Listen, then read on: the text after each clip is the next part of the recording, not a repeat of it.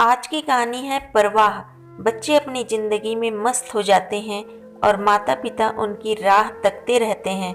क्यों ऐसा नहीं हो सकता कि माता पिता बच्चों की परवाह के साथ उनके इंतजार की इच्छा को संजोते हुए भी अपनी जिंदगी में मस्त हो जाएं। आरूही और बच्चों को स्टेशन पर विदा करके रुचि मोहित के साथ शिथिल पैरों को घसीटती हुई अपने घर पहुंची।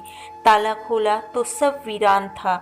ना बच्चों के कहकहे, ना चौके से आती पकवानों की खुशबू, ना हम माँ बेटी की बातों का शोर। बस हर तरफ सन्नाटा ही सन्नाटा और मन में फिर खालीपन। काशी और मीना काम निपटाते हुए बच्चों की शैतानियों को याद करते जा रहे थे। बीच बीच में मोहित भी उनकी शैतानियों को याद करके कुछ कुछ बातें कह जाते थे। पर रुचि का मन एक के बाद दूसरी, दूसरी के बाद तीसरी अनगिनत यादें लपेटने को आतुर था। 20 दिन पहले बेटी आरूही के आने की खबर मिलते ही मन पुलक से भर उठा था। दिमाग में कई योजनाएं बनने लगी थीं। पिछली बार जब आरूही आई थी तब सप्ताह भर पहले से ही रुचि उसके पसंद के अचार डालने शुरू कर दी थी। इस बार रुचि 10 किलो आम खरीद लाई थी। सोचा मुरब्बा और अचार भी बना देगी। उसके ससुराल वाले खुश हो जाएंगे और मेरी खुशी भी दोहरी हो जाएगी।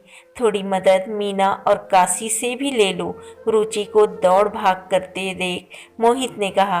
रुचि ने कहा, इनकी आंखों और मेरी आंखों में बहुत अंतर है। ये लोग उस तरह काम कर ही नहीं सकते जिस तरह मैं करती हूँ। तुम्हारी तबीयत न बिगड़ जाए। कुछ नहीं होगा, आप निश्चिंत रहिए। आरूही और बच्चों के कपड़े और खिलौने रखने के लिए रुचि ने अपनी अलमारी खाली कर दी। एक नया एलईडी ऑनलाइन मंगवाकर दीवार पर टंगवा दिया जिससे बच्चे अपने मनपसंद प्रोग्राम देख सके।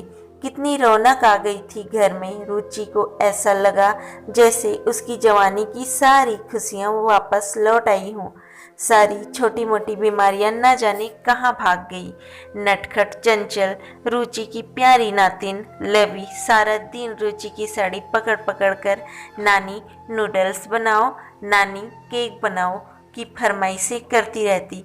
पहुंचते ही लवी ने अपनी आंखें मटकाते हुए मोहित के सामने एक बड़ी सी सुंदर ड्रेस वाली गुड़िया की फरमाइश रख दी थी और मोहित ने भी तुरंत ड्राइवर को बुलाकर शाम को ही उसे वैसी गुड़िया दिलवा दी थी।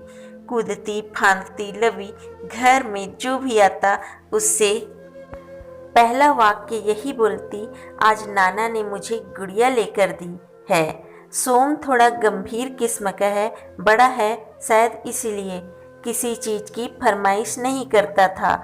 हमेशा नाना का मूड और नाना की जेब देखकर ही मांग रखता था। उसकी ज़्यादातर चीज़ें पढ़ाई लिखाई से संबंधित होती थी। यह कॉमिक्स शाम तक थकावट की वजह से बच्चे जल्दी सो गए। सभी को भी जल्दी नींद आ गई थी। जब मन में सुकून होता है तो शरीर में भी किसी तरह की परेशानी नहीं होती। एक सप्ताह Appu Ghar, children park, fun and food children park घूमने में कैसे निकल गया पता ही नहीं चला। एक दिन लवी ने धूम मचाना शुरू कर दिया। आज तो हम मॉल जाएंगे, जैसे उसमें घूमने की चाबी भर गई हो। आरूही ने उसको डांट दिया, कोई कहीं नहीं जाएगा, ये रोज रोज घूमना ठीक नहीं है। क्यों डांट रही है बच्ची को? अपने नाना नानी के घर आई है, यहाँ उसे हर बात की छूट है। न पढ़ाई का डर, न होमवर्क की चिंता। आरूही तो चुप हो गई, लेकिन लवी बुरा समूह बनाकर बैठ गई। अच्छा चलो हम लोग मॉल चलते हैं। आरूही मम्मा शॉपिंग के लिए चली जाएगी। रुचि ने लवी को मनाने की कोशिश करते हुए कहा, नहीं मुझे कहीं नहीं जाना, छोड़ दीजिए मम्मा, आपके लाड़ प्यार से ज़्यादा ही सिर चढ़ गई है। लवी और सोम अपने नाना के साथ कैरम खेलते रहे। आरूही मार्केट चली गई। रुचि उनकी विदाई की तैयारियां करने लगी। वापस लौटी तो अपने सामान के साथ वो रुचि के लिए किचन के नए डिब्बे, पायदान, तौलिए, चादरें भी खरीद कर ले आई थी। उसका कहना था कि नई चीज़ों के साथ रहने से दिल भी जवान रहता है। आरूही, क्या दामाद जी को यहाँ जॉब नहीं मिल सकती? कहते हुए रुचि की आंखें नम हो आई थी। मम्मा करियर बिगड़ जाएगा।